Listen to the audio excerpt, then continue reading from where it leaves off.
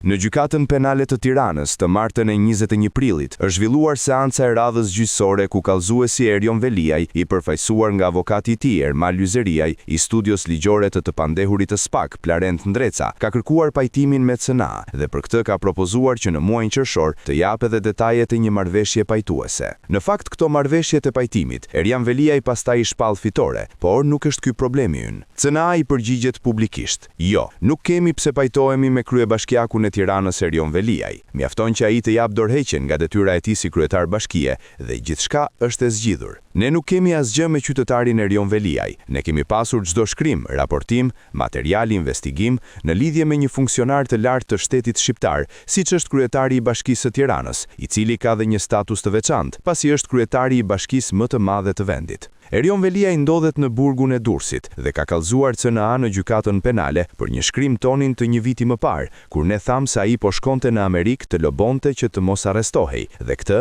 e quante fyerje. Në fakt, lobimi doli më pas dhe Erion Veliaj ka paguar plot $220.000, por kjo nuk ka rëndësi. I kemi thënë dhe zdroms dhe do të vazhdojmë t'ja themi, sepse kështu e ka quajtur veten. I kemi thënë që ka 13 akuza të rënda penale, sepse të tilla i ka në gjykat. I kemi thënë se nuk u bëre dot burr, se nuk shkon të përballet me drejtsinë. Prej rreth 9 muajsh nuk shkon të zhvilloj seancat gjyqësore, por i shtyn me procedura. Një herë s'ka marrë njoftim, një herë nuk e dija, një herë ndron avokatët. I kemi thënë publikisht që bëhu burr, bashkëpuno me drejtsinë, çliro nga akuza Jolën dhe 10 biznesmenët e tjerë që janë përfshirë, dili pafajshëm dhe nesër je lideri i politikës shqiptare, ke gjithë rrugën e hapur të bëhesh kryeministër. Por Erioni ka zgjedhur të sillet si zdroms, ashtu e quan dhe veten, është zgjedhja e tij. Erion Veliaj kërkon të pajtohet me CNA. Për çfarë? A nuk kishte një seancë pajtuese disa muaj më parë ku avokati i tij, studios ligjore të pandehurit të SPAK, Plarent Ndreca, erdhi na tha se Erioni nuk do të pajtohet. Në fakt, ne nuk i kishim kërkuar pajtim. Donim t'i shkonim deri në fund kësaj çështje. Jo vetëm kësaj padije, por dhe çdo padije tjetër që na ka ardhur nga kolegë, nga bashkëpunëtorët e Erion Veliajt, si dosja 5D,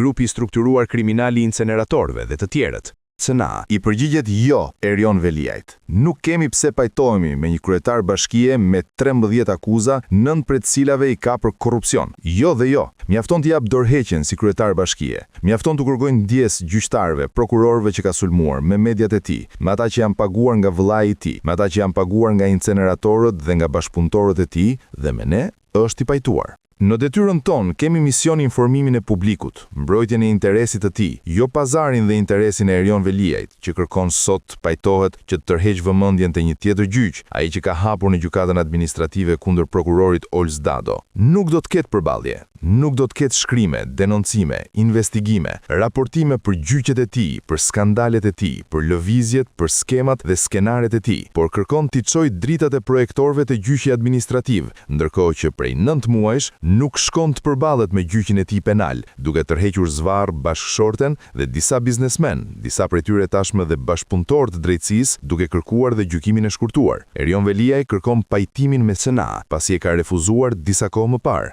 Për çfarë duhet pajtohemi ne me një kryetar bashkie me 9 akuza për korrupsion, për shpërdorim detyre, pastrim të produkteve të veprës penale, fshehje pasurie, futje të sendeve të ndaluara në qeli?